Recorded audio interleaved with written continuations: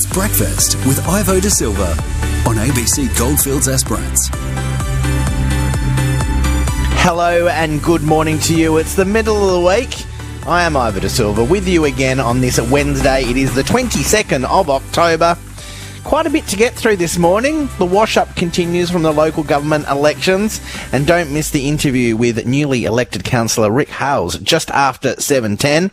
I'll be pressing him on what he'd like to do on council, his mandate after a thumping win, and that awkward exchange with the mayor at the first council meeting when he was sworn in. Elections were held on Saturday, the 18th of October. We've been talking about the election, voting, and even get to know some of the new councillors. Today we're joined by one of the new councillors in the city of Kalgoorlie-Boulder. It is Rick Hales. Good morning, Councillor Hales. How are you? Very well, Ivo. How are you, mate? Very, very good on this day. Now, we spoke to you before the election. Tell us how the rest of your campaigning went for you, and what was it like in the lead up to getting the top vote on the city of Kalgoorlie-Boulder council elections? Look, I don't remember the exact day we spoke, but look, I can tell you that I did speak to a lot of people out in the community, either reaching out via email, via phone, and I had a lot of good chats. You know, some of them probably a little bit too long, but look, most of those chats did centre around FIFO, and there was no real concern impact on the community now and in the future, Ivo. Yeah, look, you certainly put your campaign on the FIFO aspect. How do you see this changing? How do you see you being able to put your stamp on to get rid of FIFO? Well, getting rid of FIFO, that's not the objective. I can't work with put then? Paste back in the tube. You know, it is about working with. It's about understanding, you know, what our needs are, the community needs, before what their needs are. And I think that's probably been the reverse as of late. The community's voice isn't up front and centre. You know, it's our town. We live here. We keep the lights on. I think our voice is heard first. So how will you do that? By making it louder, mate. Simply by making it louder. By making sure that everybody's behind us. I mean, I've had 644 people vote for me, Ivo, and I've got to say I was very surprised by that. But that says 644 people haven't backed me necessarily. They've backed what I'm saying, which is I'm reiterating the messages I'm hearing. Yeah, look, I can totally understand. I think you have the groundswell of people backing. I think most people want to see Kalgoorlie-Boulder thrive, but words are words, and it's easy to say, look, we want to be able to live with FIFO, but we want a better comeback for the city. But what tangible things can we actually do? Because what we've seen beforehand is FIFO camps opening up, and then the council say, no, we don't want it. They get appealed to I can't remember the exact name of the body in Perth, the state, not the state administrative tribunal, the development commission or wherever it is, and they got overturned. So in what practical things, what practical ideas can we do to make it happen? I love your passion too there, Ivo. That's good to hear, mate. But look, it comes down to, and the practical reality is it's the state government in this instance who's making those approvals, and the whole system is incentivised by the federal government with their tax breaks and their other financial schemes. So, look, the local government is up against it, no doubt about it. But we're here. And if the voice is loud, they've got to listen to us, Ivo. They don't have any choice. And it's going to be really hard for, you know, anybody from Perth to fly up here and make us do something that we don't want to do as a community. And I think that's just reasonable in any community. If they don't want it, doesn't matter what it is, a zoo, a McDonald's, they don't want it, the answer's no. So you'll be campaigning talking to the member for Kalgoorlie, Ali Kent, to try and get some of these policy issues reversed that would come from a state government perspective? Well, look, I would love to have a chat with Ali, and I'm sure she'd be an advocate for that position. I know she loves this town, but she's got a policy position she needs to hold to with Labor. So look, more than happy. But this isn't about holding anybody to ransom either. This is about reiterating what's happening on the ground. Like, you can walk down Hannon Street right now and see shop after shop vacant, and we're at 6,000. 6,000 troy ounce? Oh, crazy!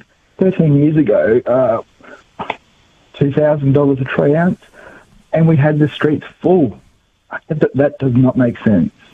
Besides FIFO, is there any other big issues that you want to be able to deal in the next 4 years?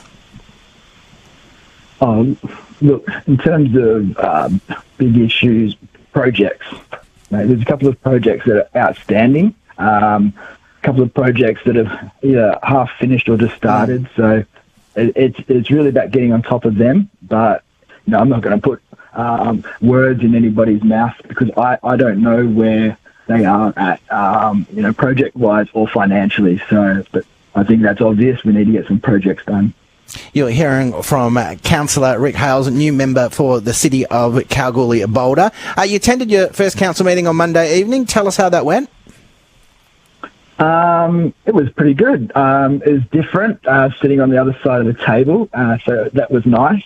I did throw my hat in for the deputy mayor spot, and I just did that because I thought everybody had to, so I just put my hand up, Ivo. No, but I did that in sincerity. I did that so I could show the community that they have back somebody who's willing to put their hand up and willing to get into a fight. And it wasn't a fight; there was a verbal debate with the fellow colleagues. And look, I'm actually really glad that Councillor Terence Winner was the winner, and he will do a great job. He really will. Now, both myself and the listeners heard your interaction with the Mayor during Monday's council meeting, where you're unable to stand to speak to council. Can you tell us more about that moment and why you made that stand? Nice pun there, Ivo. I saw what you did there. Why did I do that? Well, for one, legally, there is no recourse for the CEO or the mayor to make an individual stand to make a speech. So I thought it was a little bit bizarre, for one. Two, I thought it was also a little bit bizarre that it was even a thing. I thought it was I was distracted from the moment, but also kind of put me off kilter a little bit. I got to say, it did fire me up, and probably wouldn't have been so. But I think it was the whole nature of, well, this is how we are going to do it. We're so robotic. And look, I've spent 10 years sitting around that table, and I've got to say most of the councillors I've worked with over the period of time have been pretty relaxed, and in terms of reflecting what the community is. They're a mirror of the community. No, I totally understand that. But, I mean, you've worked in the council, and you know policy, you know procedures, and this is no pun, but you know standing orders. If there is a requirement for you to do something and you fail to do that, shouldn't there be some sort of recourse against you because you're not playing by the rules? And overall, we want people to play by the rules. Yes, mate, of course. Then so why didn't you do that? Well, if the rules say that you have to stand up before to talk to the council when it happens, and they are in the standing orders, then why didn't you do it?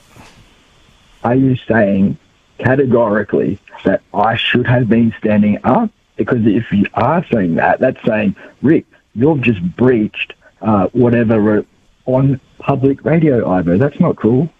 Well, I'd like you to answer the question, though. If they are in the rules that you need to do it. Mate, I did answer the question. There is no recourse for them to make me stand up. And if I had to, Ivo, we could go back and redo the meeting. I mean, it's redundant. And the fact that we're having a conversation about standing up and not talking about the issues in the community. Oh, I think we talked about FIFO. We talked about what would you like to see in the next 4 years. But this is a big talking point in the city of Kalgoorlie-Boulder, because you are an elected person with 650 people also who have voted for you. And they want to know that you're going to be doing the best that you can to support them and support the people, the city that we both live in. it becomes very testy when the first thing that happens is an interaction between you and the mayor, where it looks like things are starting at a very rocky start. Well, mate, I appreciate your opinion.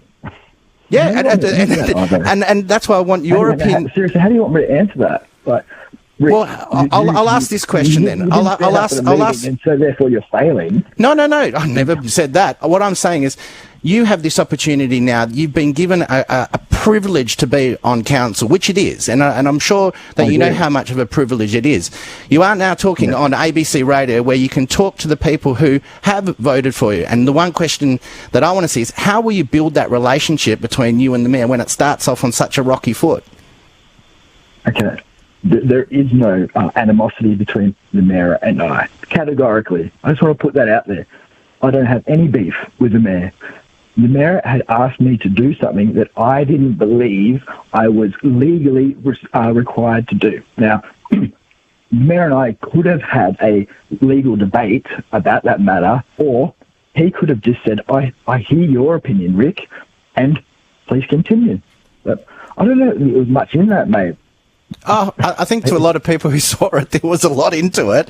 Look, going from that, and I know that in subsequent meetings and meetings that they've had before on council, that at the start of the meeting, they have a vote where it says you don't have to stand up. But at this meeting, they didn't do that. And that's why there was that requirement to stand up after I spoke with the council. So hopefully in the future, that won't be an issue.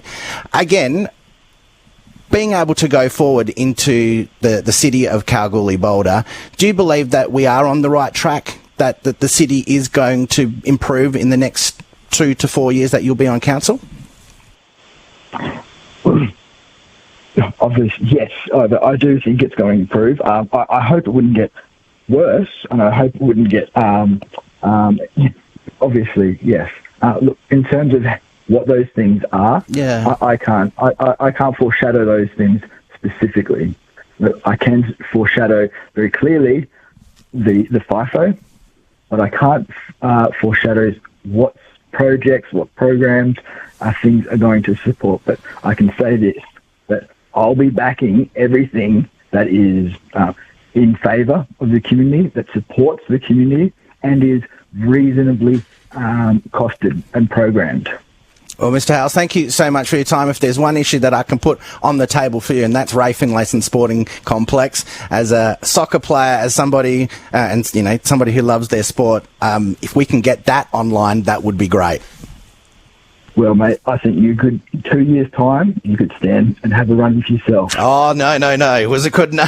I like people holding people to account, not myself. That would be, that's something. I love my politics, but maybe not that. But thank you very much, Mr. Hales. Thank you very much, Ivo. It's 26 minutes past 7 here on ABC Goldfields and Esperance. What did you think? Let us know. 0448 922 604 1300 525 222. We are playing the famous quiz. What year was the United Nations established? It was the end of a very major war. That's a big clue from Samara as well. 0448 922 604 1300 525 222. Let's take a break. Let's have a sit down, maybe.